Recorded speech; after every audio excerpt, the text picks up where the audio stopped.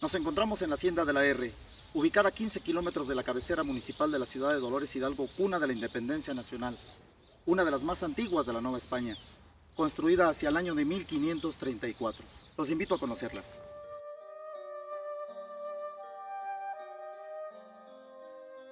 La Hacienda de la R se encuentra ubicada a 15 kilómetros al sureste de la cabecera municipal de la ciudad de Dolores Hidalgo. Está íntimamente ligada a los orígenes de la hoy cuna de la independencia nacional mexicana en el estado de Guanajuato. Su génesis corre a través de la primera mitad del siglo de la conquista.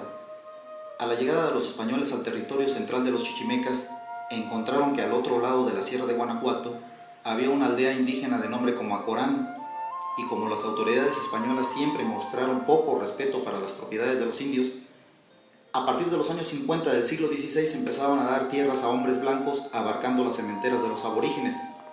Bajo este panorama poco prometedor surge la Hacienda de la R, conocida así por la forma que tomaba de la figura de la letra del alfabeto, y se establece como tal entre los años 1534 y 1540. Esas tierras dadas como mercedes reales se fueron concentrando en pocas manos hasta que se formó como propiedad de un solo hombre, quedando la aldea Comacorán dentro de los límites de la Hacienda de la R. Fueron los mariscales de Castilla y primeros señores de las villas de Siria y Borovia, y luego marqueses de Siria y vizcondes de Borovia, familia muy antigua en la vieja y nueva España, los latifundistas más poderosos del Guanajuato colonial y de los primeros lustros del independiente. Estos hacendados nunca trabajaron personalmente las tierras, sino que tenían administradores en unos casos y en otros rentaban las tierras, tanto para potrero como para agricultura, y hasta llegaron a alquilar propiedades ajenas, sobre todo de pasto para sus ganados. Tampoco vivían jamás en las haciendas, sino siempre en la Ciudad de México, donde eran de primerísima fila en la vida social, económica y política, llegando al grado de darle el nombre de su título a la calle donde estaba su morada, La Mariscala. Era propiedad de Hernán Carrillo Altamirano, abogado de la Real Audiencia, quien compró la merced y un sinfín de tierras para extender su posesión. Hacia el año de 1568, el virrey Martín Enríquez de Almanza erigió la congregación de Nuestra Señora de los Dolores en el sitio donde estaba asentada la ranchería otomí de nombre Comacorán, quedando esta sujeta eclesiástica y civilmente a la villa de San Miguel el Grande, y por lo tanto correspondía a la Vicaría de Nuestra Señora de la Asunción de la R, ayuda de parroquia de dicha villa, ejercer la jurisdicción eclesiástica en ella. En 1643, el mariscal de Castilla, maestre de campo, don Agustín Guerrero de Luna, y doña María Teresa de Villaseca, su esposa, fincaron en las rancherías, también conocidas como labores, de San Pablo y San Cristóbal. Esta última se transformaría posteriormente en una nueva hacienda, en lo que fuera el viejo Comacorán, que en nuestro idioma significa lugar donde se cazan tórtolas, comenzando la construcción de la congregación de Nuestra Señora de los Dolores. A partir de esta fecha comienza a presentarse en documentos el nombre de Cocomacan en lugar de Comacorán. Probablemente la palabra se distorsionó en su traslación oral, de lo autóctono a lo hispano. Con el transcurso de los años tuvo un lapsus de ambigüedad fonética que finalmente derivó en Cocomacan. El 20 de septiembre de 1710 funciona la nueva jurisdicción parroquial creada por la Congregación de Nuestra Señora de los Dolores. La Vicaría de la Hacienda de la R se separa de San Miguel el Grande y da lugar a este nuevo espacio.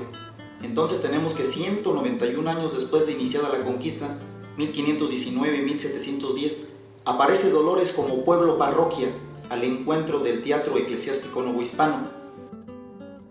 El fundador de Dolores es Álvaro de Ocio y Ocampo Basurto, cuyo nombre es sinónimo de la fundación de nuestra ciudad y primer cura de su parroquia.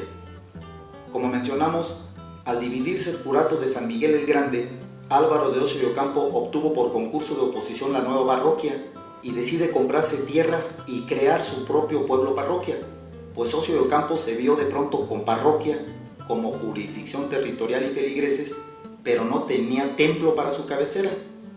Se determinó que su erección, es decir, su funcionamiento administrativo, quedara provisionalmente en la Vicaría de la Hacienda de la R hasta que no se construyera un nuevo templo.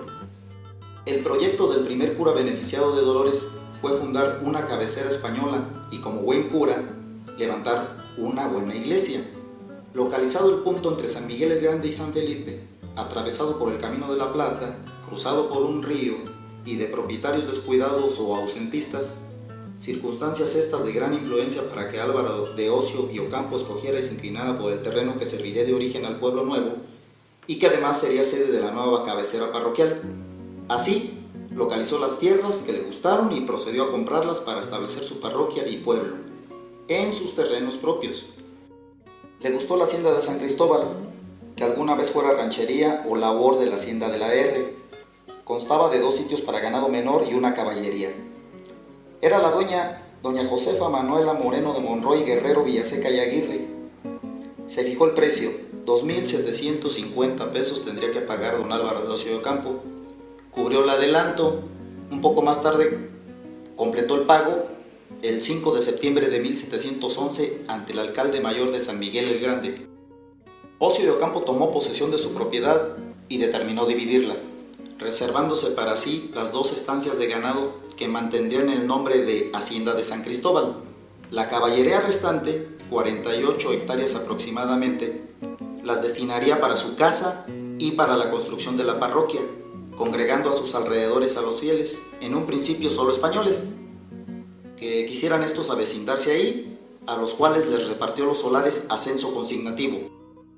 De 1751 a 1761 estuvo por primera vez al frente del curato de Dolores el bachiller presbítero don José Antonio Gallaga, primo de don Miguel Hidalgo y Costilla. Luego, en 1786, fecha en que el virrey conde de Gálvez presentó para la congregación de los Dolores al bachiller don José Antonio Gallaga, y en 1786 volvió a ser cura de la mencionada iglesia parroquial en Dolores hasta su muerte en los primeros días de julio de 1793. El 15 de diciembre de 1790, el intendente de Guanajuato, don Andrés Amat y Tortosa, ordenó esa erección y establecimiento para cumplir con la ordenanza 13 de intendencias, que suprimía el antiguo sistema de las congregaciones el 31 de diciembre de ese año. Entonces dejaron de ejercer jurisdicción civil y criminal las autoridades de la villa de San Miguel el Grande, encabezadas por don Juan de Santelices, a cuya jurisdicción correspondía esa congregación.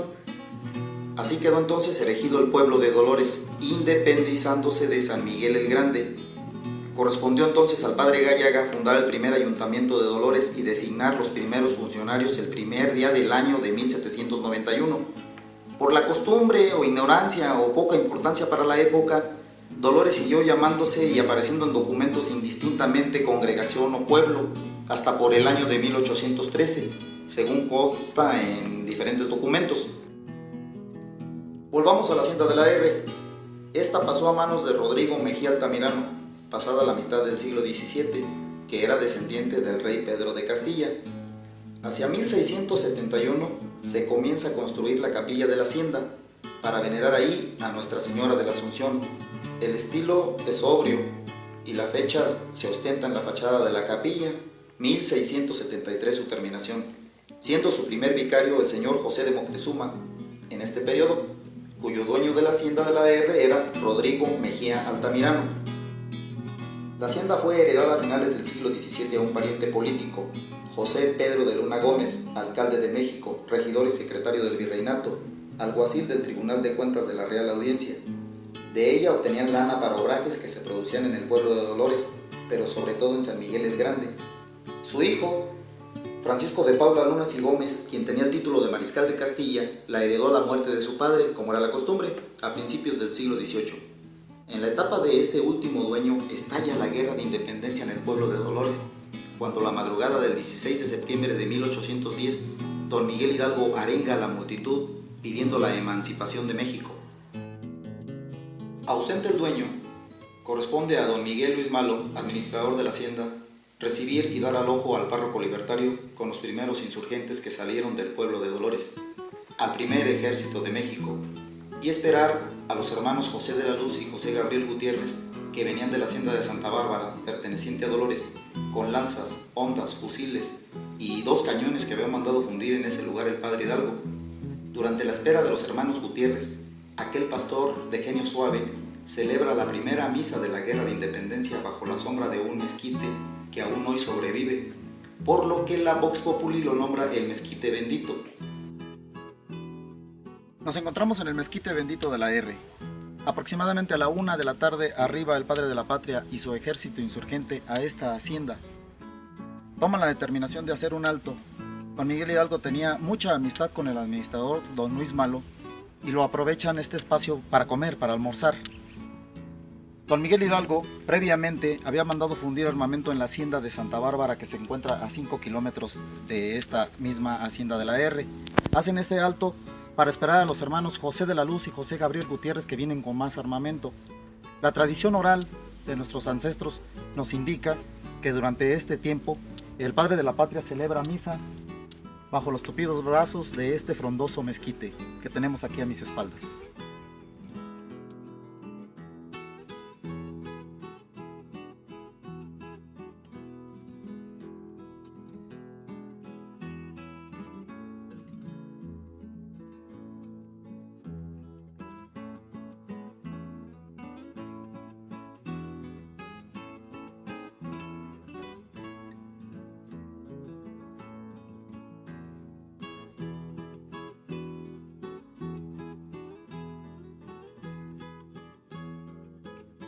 Es el administrador y su hijo Luis Malo, quien se iría a la lucha también con el padre de la patria, quienes escuchan la sentencia del cura sabio al abandonar la hacienda de la R. Caballeros, ya se le ha puesto el cascabel al gato, falta ver quiénes son los que sobramos. Ya en el siglo XIX, la hacienda es vendida en 1829 a Mateo Delgado, quien se la hereda a Jacinto Rubio, al parecer su hijo. La propiedad sigue con la familia Rubio hasta finales del siglo XIX, cuando comienzan a fraccionarla y venderla en partes. En la actualidad se conserva el casco de la hacienda y es propiedad de los descendientes de don Primo Torres, pero está abandonada y en ruinas.